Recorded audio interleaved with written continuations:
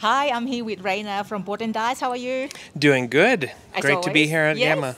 Nice to see you again, by the way. Yeah. Yeah. So it's Tuesday at GAMA 2020. We here healthy and happy. Yeah. So we have very exciting game that we want to show you. And ta-da! It's Tekhenu Tekhenu, Obelisk that's of how the you Sun. say it. Yes. Tekhenu. I was like letting you waiting for you to say it. That's right. Well, I can say Teotihuacan, I Yeah. think. Yeah, thank you. For sure. So, what I'll do, I'll just take you to see the games better. So I'll see you on the other side. All right, so we have the board here with this monument. Yes, an obelisk. Massive, Which actually, amazing. the title Tekhenu means obelisk in Right. Egyptian. So, so this part here, the area around the obelisk, that's where that is the core of the game mechanisms.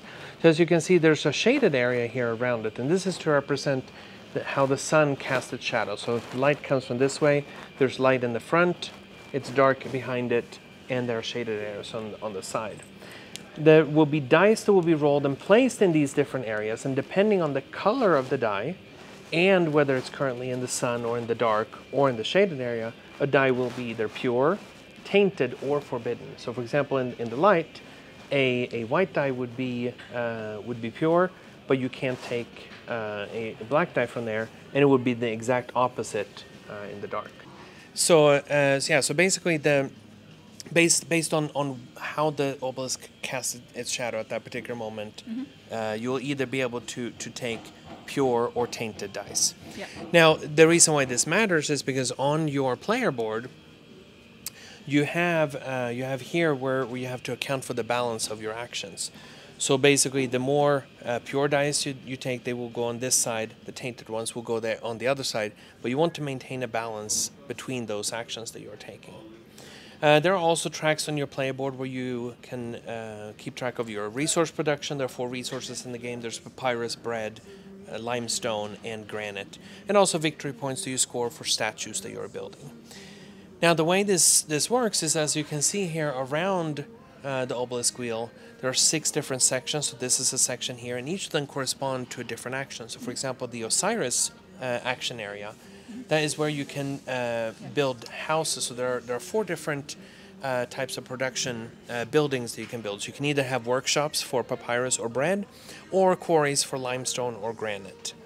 There are also another area where you can build statues to the different gods. So there are 6 gods corresponding to the 6 action areas. You can build statues here. You see these different locations around the obelisk. And that means when another player takes an action in that action area, you get a bonus and a benefit from it. Oh, I like that. Yeah. This There's is also... prototype by the way. Yes, You of did course. mention it. Yeah. Yep. This area here is where you can build, you can raise pillars. This is based on the temple complex in Karnak, Egypt. And the pillars that you place can also then be connected with buildings around the temple complex area. So this is where 2 of the actions, both for Ra and for Hathor, those actions will be taken here. Either placing buildings around the temple complex or pillars in here, ways for you to score both victory points, but also collect different resources and so forth. Now, we talked earlier about maintaining the balance of your actions. This is where at the end of each mod phase, so there are 2 rounds of where you draft dice, then the shadow will rotate. After 2 rotations, there is a mod phase where you have to, the goddess Mot was the goddess of justice and balance. So here you have to account for the balance of the actions that you have taken. There are also ways for you to acquire technologies, as you can see here at the bottom of the board. There are 3 different colored spaces, and those correspond to different types of cards. So the white cards are blessings, which are one-time use. They give you a very powerful benefit, but only once.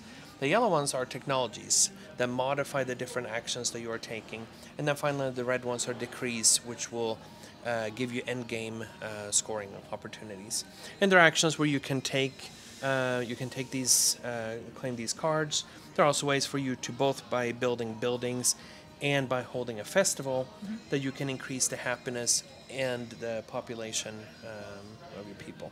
So that's from the action from the die. Yes, so every time, if I take a die from this area, this now corresponds to this action. So for Right. example, I have a value 2 die. That means that my my happiness would increase by 2, and then I would also gain another benefit because I'm using a low value die.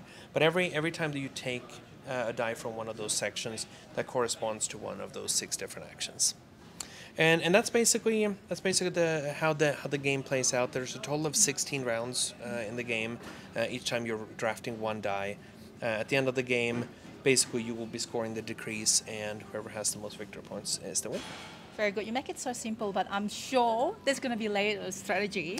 For sure. I mean, there are different things to think about. You can have one strategy where you're focusing, for example, very heavily here on the different workshops and the quarries that you're building, because whoever has the majority in each of these columns will get 3 victory points during each of the 2 scorings. Right. Of course, there are also ways for you to score victory points based on the statues that you are building and the decrease that you have.